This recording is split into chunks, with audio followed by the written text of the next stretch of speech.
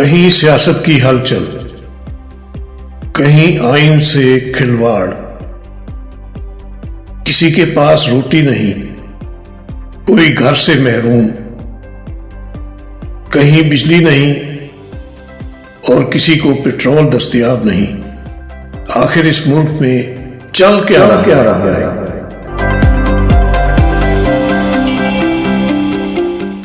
بسم اللہ الرحمن الرحیم۔ محترم احباب، میں آپ سے اپنے یوٹیوب چینل سعید آسی آفیشل کے پلیٹ فارم پر مخاطب ہوں آپ سے، اور وہی آپ سے سب سے پہلے میں یہی درخواست کروں گا کہ میرے اس یوٹیوب چینل کو سبسکرائب کریں، لائک کریں، شیئر کریں اور اپنے گروپوں میں بھی شیئر کریں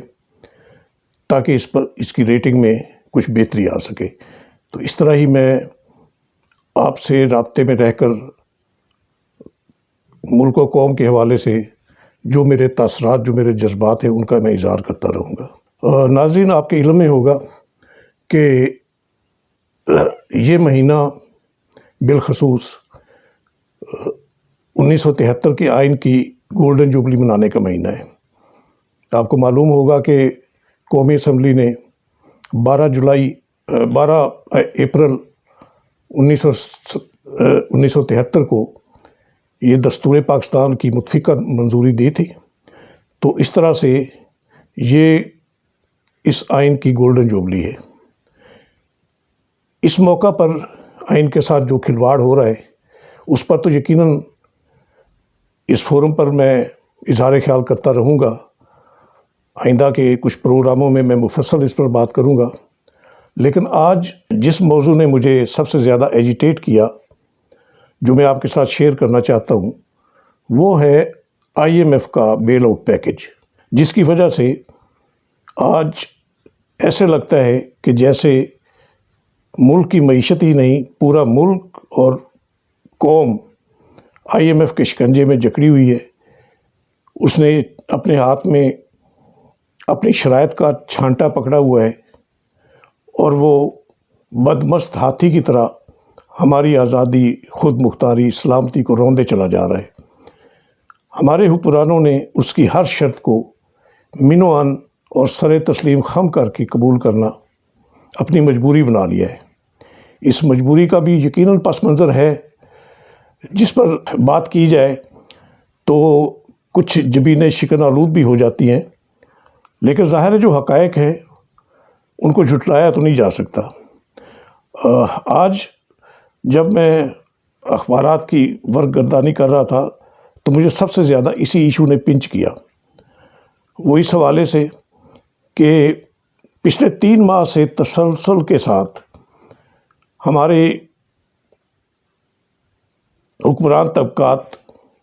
IMF کے ساتھ رابطے میں ہیں۔ پچھلے مہینے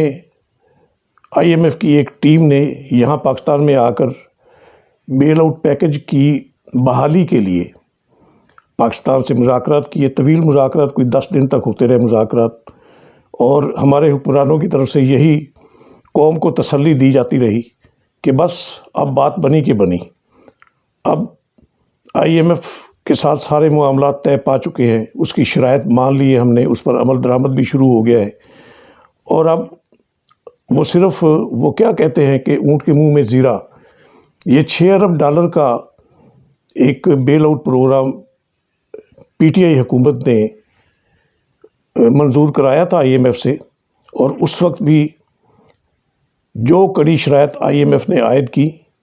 وہ اس وقت کی حکومت نے سر تسلیم خم کرتے ہوئے قبول کی۔ 3 ضمنی بجٹ آئے اس دور حکومت میں، اور ان میں یعنی جو پہلے ٹیکس لاگو تھے ان کی شرح میں اضافہ کیا گیا اور کچھ نئے ٹیکس بھی لگائے گئے، اور پھر آپ کے سامنے ہے یہ ساری باتیں، جس طرح پیٹرولیم مصنوعات کے ہر 15 نرخوں میں اضافہ ہوتا ہے، بجلی کے نرخوں میں بے محابہ اضافہ ہوتا ہے، اسی طرح گیس کے نرخوں میں، پانی کے نرخوں میں، ادویات کے نرخوں میں کوئی چیز رہی نہیں جس میں بتدریج اضافہ نہ ہو رہا ہو۔ اور یہ اضافہ جو ہے بیچارے مرے ہوئے پہلے سے پسے پسماندہ عام عوام کے کندھوں پر جاتا ہے، جو پہلے ہی زندہ درگور ہو چکے ہیں۔ ان میں اب سخت نہیں ہے کہ وہ مزید مہنگائی کا کوئی بوجھ برداشت کر کے اپنے تنفس کا جو سلسلہ ہے وہ برقرار رکھ سکے۔ اس کے باوجود ہمارے حکمران طبقات، جن میں سابقہ حکمران بھی شامل ہیں اور موجودہ حکمران بھی، اب موجودہ حکمران اگرچہ یہ عذر پیش کرتے ہیں کہ ان کے تو یہ گلے پڑے ہیں آئی ایم ایف کی شرائط کے، پی ٹی آئی حکومت نے جاتے جاتے ان پر ملبہ ڈالا، وہ آئی ایم ایف کا جو بیل آؤٹ پیکج کا جو معاہدہ تھا اس پر عمل درآمد روک دیا، اور اس طرح اس نے آئی ایم ایف کو ناراض کیا۔ چنانچہ آئی ایم ایف نے وہ معاہدہ معطل کر دیا۔ اب میں نہیں کہتا کہ ان کو علم نہیں ہوگا، موجودہ حکمرانوں کو، جب یہ اقتدار کی کشمکش میں تھے اور اس وقت کے وزیر اعظم عمران خان صاحب کے خلاف عدم اعتماد کی تحریک لا رہے تھے اور بڑی جلدی میں تھے، اس کا ظاہر پس منظر تھا، میں نے پچھلے پروگرام میں بتایا آپ کو، لیکن انہیں علم تھا کہ یہ مصائب کے پہاڑ ٹوٹنے ہیں، آئی ایم ایف کا پروگرام معطل ہونے کی وجہ سے ہماری معیشت کا بیڑا غرق ہونا ہے، ان سے یہ معاملات سنبھل نہیں پانے ہیں، تو انہیں اس وقت ہی ادراک کرنا چاہیے تھا، اور اس وقت ہی عدم اعتماد کی تحریک منظور ہونے کے بعد اگلے انتخابات کے لیے عوام کے پاس چلے جانا چاہیے تھا۔ اس وقت ماحول کچھ اور تھا، لیکن ان کی جو مجبوریاں تھیں اس کا ذکر بھی میں اپنے پچھلے پروگرام میں کر چکا ہوں۔ وہ آرمی چیف کے حوالے سے تھی کہ جنرل باجوہ صاحب جو ہے وہ نومبر میں انہوں نے ریٹائر ہونا ہے، تو اگر ان کے ریٹائر ہونے تک یہ حکومت برقرار رہی پی ٹی آئی کی، تو پھر یہ اگلا آرمی چیف اپنی مرضی کا جو جنرل فیض تھے ظاہر ہے اس کو لائیں گے اور پھر ان کا حشر نشر کر دیں گے وہ۔ تو اس خوف نے پی ڈی ایم کے پلیٹ فارم پر متحد ہونے والی جماعتوں اور پیپلز پارٹی کو مجبور کیا کہ وہ خود اقتدار سنبھالیں، لیکن اقتدار سنبھالنے کے بعد انہیں دانش مندی کا مظاہرہ کرنا چاہیے تھا، جو گراؤنڈ ریئلٹیز تھی ان کو سامنے رکھ کر پلاننگ کرنی چاہیے تھی، جو ان سے نہیں ہو پائی۔ اور آئی ایم ایف نے جو اپنی کاٹھی ڈالی تھی ہماری معیشت پر، وہ مضبوط سے مضبوط تر کرتا گیا۔ آئی ایم ایف نے ان کی ناک سے لکیریں نکلوائیں، ایڑیاں رگڑوائیں، اور مطالبات، ایسے مطالبات جو تسلیم ہونے سے ملک کی خود مختاری کا تو کچھ تصور ہی اب عنقا ہو چکا ہے، وہ سب کچھ تسلیم کیا۔ اس کے باوجود آئی ایم ایف نے اپنا پروگرام جو ہے قرض پروگرام وہ بحال نہیں کیا۔ اب اس حکومت کو 1 سال ہو گیا ہے، مگر ان کی ہر کوشش اکارت گئی ہے آئی ایم ایف سے اپنا قرض پروگرام بحال کرانے کے لیے۔ اب یہ 3 مہینے سے جو چل رہا تھا معاملہ، اس میں بھی جب مذاکرات ختم ہوئے تو قوم یہ سن کر مزید مایوس ہوئی کہ آئی ایم ایف کے ساتھ ان کا سٹاف لیول معاہدہ، یہ سٹاف لیول تو خیر ان کی ایک ٹیکنیکل ٹرم ہے، لیکن ظاہر ہے جکڑ بندیوں والا معاہدہ ہے کہ وہ محض 1.5 ارب ڈالر کی قسط جو ہے وہ لینی تھی انہوں نے، اور اس کے حصول کے لیے انہوں نے ملک اور قوم کی خودداری اور خود مختاری کا ایسے سودا کیا ہے کہ آج ہم پسماندہ ترین ممالک جو ہے، ہماری معیشت جو ہے اس وقت ان سے بھی نیچے کھڑی ہوئی ہے۔ ابھی میں دیکھ رہا تھا اس کی ایشیائی ترقیاتی بینک کی رپورٹ جو آج چھپی ہے، اس میں یہ بتایا گیا ہے کہ پاکستان جنوبی ایشیا میں مہنگا ترین ملک، مہنگائی کے اعتبار سے سری لنکا دوسرے، افغانستان تیسرے اور بنگلہ دیش چوتھے نمبر پر ہے۔ آپ اندازہ لگا لیجئے کہ ان ممالک سے بھی ہم نیچے چلے گئے ہیں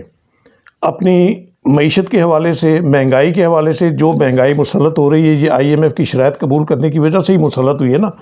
اور یہ ڈالر جو ہے اس نے اڑان بھی یہ آئی ایم ایف کی شرائط کی وجہ سے ہی بلند ہوئی ہے۔ اس نے ہی یہ شرط لگائی تھی کہ ڈالر کو جو ہے نا پابند نہ کیا جائے، اس کو آزاد رکھا جائے مارکیٹ پہ، اور حالت یہ ہے کہ آج ڈالر مزید 3 روپے مہنگا ہوا ہے، اور اوپن مارکیٹ میں آج ڈالر کے نرخ جو ہے 295 روپے ہے۔ آپ اندازہ لگا لیجئے، یہ اسی طرح اس تیز رفتاری سے چلتا رہا تو وہ جو نواز شریف صاحب نے تو شاید یقیناً ایک سیاست کے حوالے سے بات کی تھی کہ اگر یہ سپریم کورٹ کا فیصلہ جو ہے یہ انتخابات کے انعقاد کے لیے آیا تو پھر ڈالر جو ہے وہ 500 روپے تک جا پہنچے گا۔ ان کی تو خیر سیاست تھی، لیکن جو گراؤنڈ ریئلٹیز ہے وہ بھی اسی امر کی عکاسی کر رہی ہیں۔ آج اگر ڈالر 300 روپے کے قریب پہنچ گیا ہے تو آپ دیکھ لیجئے کہ IMF کی شرائط مانتے مانتے ہم اپنی ہزیمتوں اور رسوائیوں میں کس حد تک نیچے چلے جائیں گے۔ تو ابھی آج یہ نوید سنائی گئی ہے کہ سعودی عرب کی طرف سے مزید مالی معاونت کا یقین دلایا گیا ہے۔ شہباز شریف صاحب جا بھی رہے ہیں اگلے ہفتے سعودی عرب، ان کے ساتھ معاملات یقیناً طے پا جائیں گے۔ جو غلط فہمیاں پچھلے دور میں سعودی عرب کے ساتھ پیدا ہوئی تھی ان کا ازالہ ہو رہا ہے اب۔ اس میں بھی ظاہر ہے یہاں سے ہماری طرف سے کوئی تابع فرمانی کا یقین دلایا جاتا ہے تو پھر ہی بیل منڈے چڑھتی ہے۔ تو بہرحال یہ یہاں تک نوبت کیوں آئی ہے، اور یہ بھی سوچنے والی بات ہے، تفکر والی بات ہے کہ PTI کے دور میں سب سے بڑا جو ایک کریڈٹ لیا گیا وہ یہی تھا کہ سعودی عرب، برادر سعودی عرب نے بھی ہمیں کوئی 2 ارب ڈالر کے قریب بیل آؤٹ پیکیج دے دیا ہے، اس نے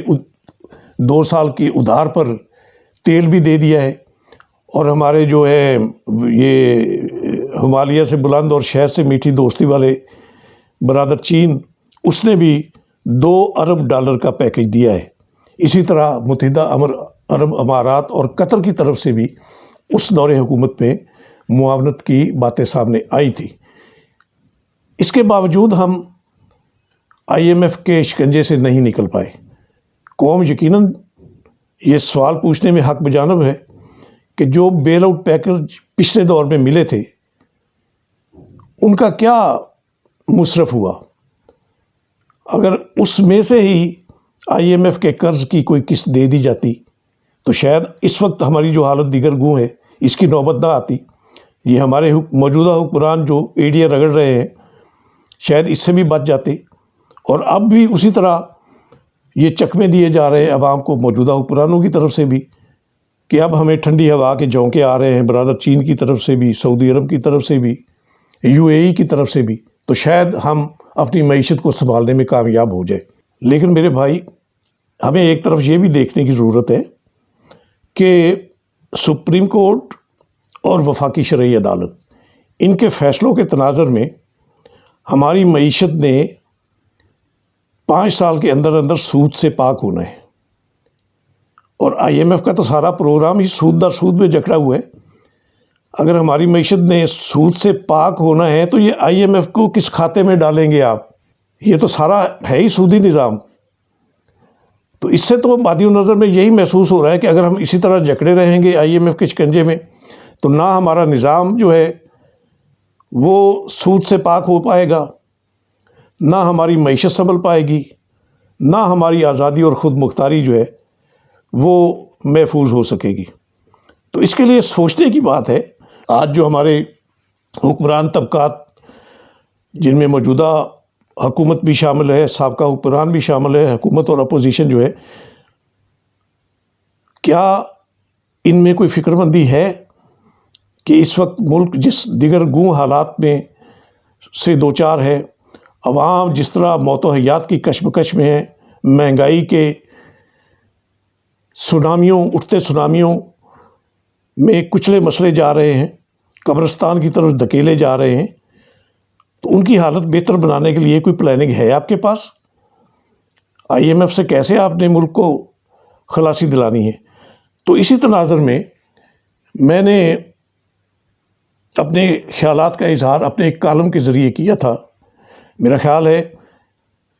اس میں کچھ تجاویز تھی کہ ہم IMF کے شکنجے سے کیسے نجات پا سکتے ہیں، تو وہ میں آپ کے سامنے پیش کرتا ہوں۔ اگر کچھ فہم و ادراک کی بات ہو،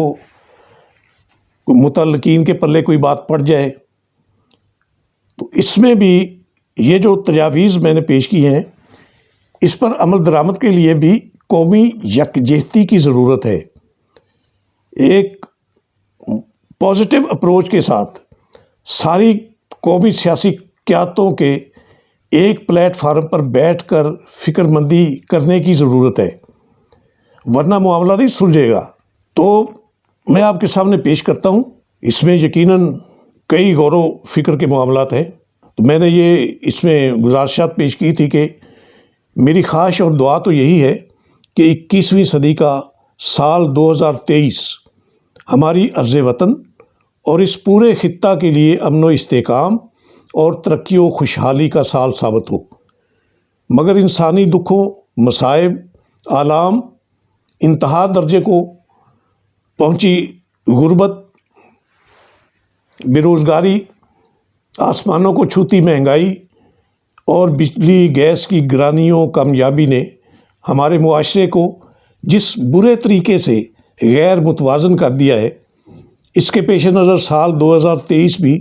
دکھی انسانوں کو ان کے محفوظ مستقبل اور خوشحالی کی نوید سناتا نظر نہیں آ رہا۔ اس کے برعکس مجبور و بے بس اور راندہ درگاہ انسانوں کے پہلے سے بھی زیادہ تیز رفتاری کے ساتھ خطِ غربت سے نیچے لڑھکنے کا ماحول زیادہ سازگار بنا نظر آ رہا ہے۔ ہماری سیاسی قیادتوں نے قائد اعظم کی وفات کے بعد اب تک محض اپنے اقتدار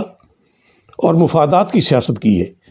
جنہیں انسانی دکھوں میں کمی کا چارہ کرنے سے کوئی سروکار نہیں،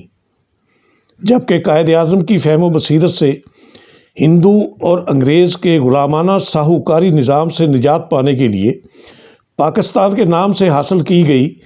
اس ارض وطن پر بے بس و مجبور انسانوں کے دکھ مزید بڑے ہیں، اور ان کا پرامن اور خوشحال زندگی گزارنے کا خواب آج ڈراؤنا خواب بن گیا ہے۔ تو اس کے پس پردہ محرکات کا جائزہ لینے کے لیے ہماری قیادتوں کو ہوش کے ناخن لینے ہوں گے۔ آج عملاً ملک کی معیشت دیوالیہ ہونے کے سنگین خطرے کی گھنٹی بجا رہی ہے، اور اپنے اپنے مفادات کے اسیر حکمران اشرافیہ طبقات معیشت کی اس خرابی کا ملبہ ایک دوسرے پر ڈال کر عوام کے دکھوں پر سیاست چمکا رہے ہیں۔ تو جناب، ان دکھوں کو پاٹنے کا بھی تو کوئی چارہ کر لے۔ آج عملاً پورا پاکستان اور اس کا ہر پیدا ہونے والا بچہ IMF کے پاس گروی رکھا جا چکا ہے۔ IMF کے قرضوں پر سود سمیت ان قرضوں کا مجموعی حجم آج 60,000 ارب روپے تک جا پہنچا ہے، جو IMF سے قوم کو مستقل نجات دلانے کے دعوے دار عمران خان صاحب کے اقتدار میں آنے سے قبل 30,000 ارب روپے کے قریب تھا۔ مگر عمران خان نے IMF کے پاس کشکول لے کر جانے پر خودکشی کو ترجیح دینے کے دعووں پر مٹی ڈال کر اپنے اقتدار کے آغاز ہی میں IMF پر مکمل تکیہ کر لیا، اور اس کی ہر ناروا شرائط مانتے مانتے اسے اس ارض وطن اور اس کی معیشت پر کاٹھی ڈالنے کا بھرپور موقع فراہم کر دیا۔ عمران خان صاحب ہی آج یہ اعتراف بھی کر رہے ہیں کہ ملکی معیشت کو سنبھالنے کے لیے IMF کے پاس جانے کے سوا ہمارے پاس کوئی چارہ کار نہیں تھا۔ تو بندہ خدا اب اپنی دشنام ترازی والی سیاست و معیشت اور جمہوریت کا مردہ تو خراب نہ کرے۔ تمام قومی سیاسی قیادتوں کے ساتھ باہم مل بیٹھ کر سوچنے اور IMF کی غلامی سے ملکی معیشت کو باہر نکالنے کی کوئی تدبیر ڈھونڈنے کی سازگار فضا تو بنائیں، جس کے لیے مساک معیشت کی ٹھوس تجاویز سامنے آ بھی رہی ہے۔ اندھیرے میں ٹامک ٹوئیاں مارنے سے تو یہ صورتحال کچھ بہتر ہی ہوگی، مگر افسوس کا مقام تو یہ ہے کہ آج قوم کو ایک دوسرے کے ساتھ نفرت و حقارت کی راہ پر لگا کر اس کے ملک و ملت کے لیے کچھ کر گزرنے کے جذبات ہی مار دیے گئے ہیں۔ اس حوالے سے مجھے 1965 کا یہاں سے میری درد مندی کا ایک درد مندانہ جو تجاویز ہے ان کا آغاز ہوتا ہے۔ اس حوالے سے مجھے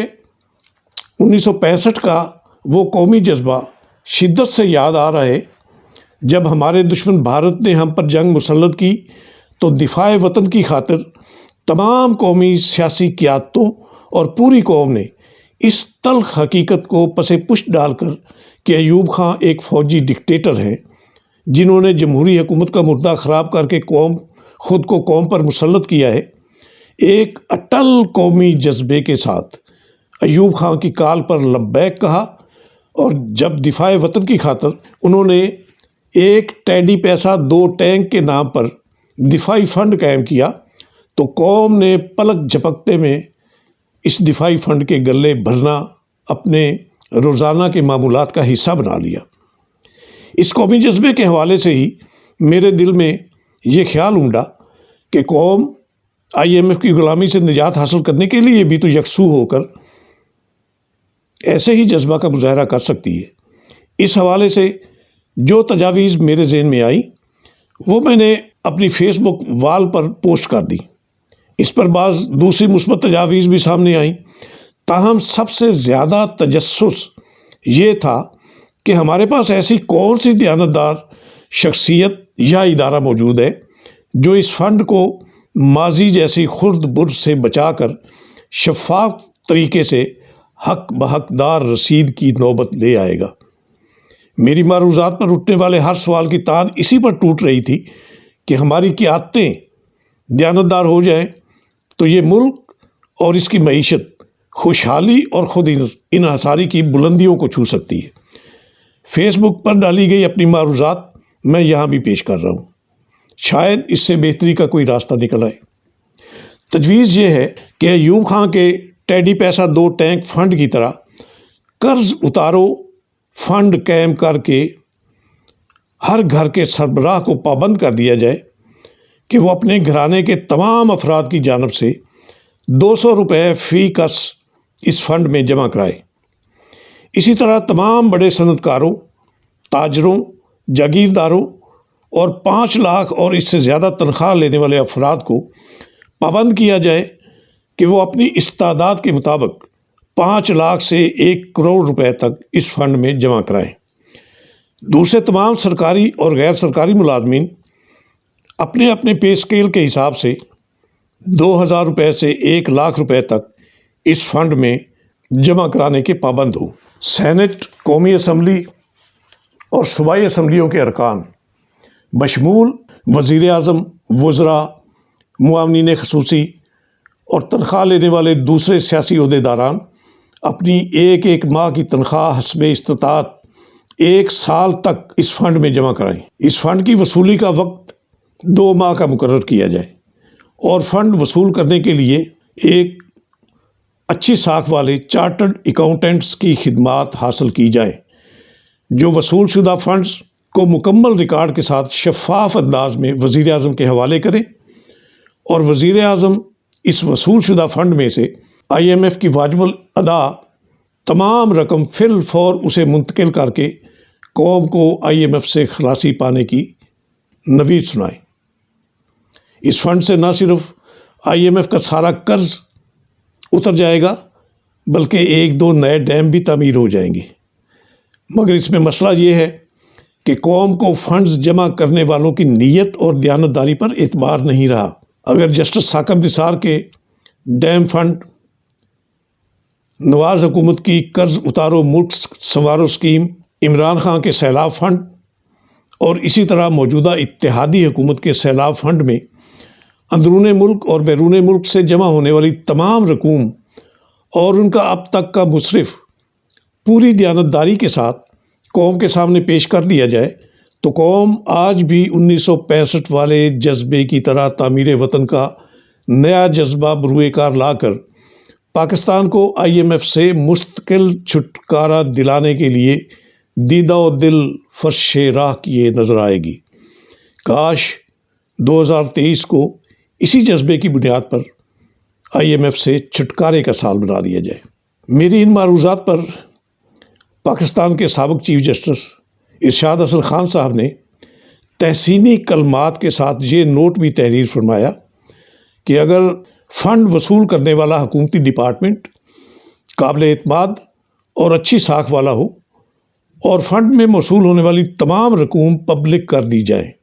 اور آڈیٹر جنرل پاکستان سے اس کا آڈٹ کرایا جائے، تو IMF کا قرض اتارنے کی یہ اچھی تجویز ہے۔ میرے دوست اور معروف اینکر افتخار احمد صاحب نے بھی اس پر خامہ فرسائی کی اور اس حوالے سے مجھے اپنی تجاویز بھجوائیں، جو پارلیمنٹ اور صوبائی اسمبلیوں کے مجموعی 965 منتخب ارکان اور اس کے ساتھ ساتھ گریڈ 17 سے گریڈ 22 تک کے افسران، فیکٹریوں اور ملوں کے مالکان، 40 ایکڑ سے زیادہ اراضی والے ذمہ داروں اور تاجروں، آڑھتیوں اور مختلف پروفیشنل طبقات سے معقول فنڈز اور قرض کے حصول سے متعلق ہیں۔ اس معاملہ میں اصل پیش رفت تو حکومت اور متعلقہ حکومتی اداروں نے ہی کرنی ہے، جس کے لیے دیانتداری شرط اول ہے۔ تو جناب، ہاتھ کنگن کو آرسی کیا، IMF سے خلاصی پانے کی قابل عمل تجاویز موجود ہے، آزما کر دیکھ لیجئے۔ تو یہ ہے میری آج کی معروضات، جو میری فکر مندی اور درد مندی شروع دن سے چل رہی ہے IMF کے قرض پروگرام کے حوالے سے۔ تو اس پر پوری قوم کے غور و فکر کرنے کی ضرورت ہے۔ ہماری سیاسی قیادتیں جو ہیں وہ تو آپس میں ایک دوسرے کے اپنے اپنے مفادات کے تحفظ کے لیے اتنی الجھی ہوئی ہیں کہ خود قوم بھی اس وقت کنفیوز ہو چکی ہے کہ اس ملک کے مستقبل کی کیا تصویر بنائی جا رہی ہے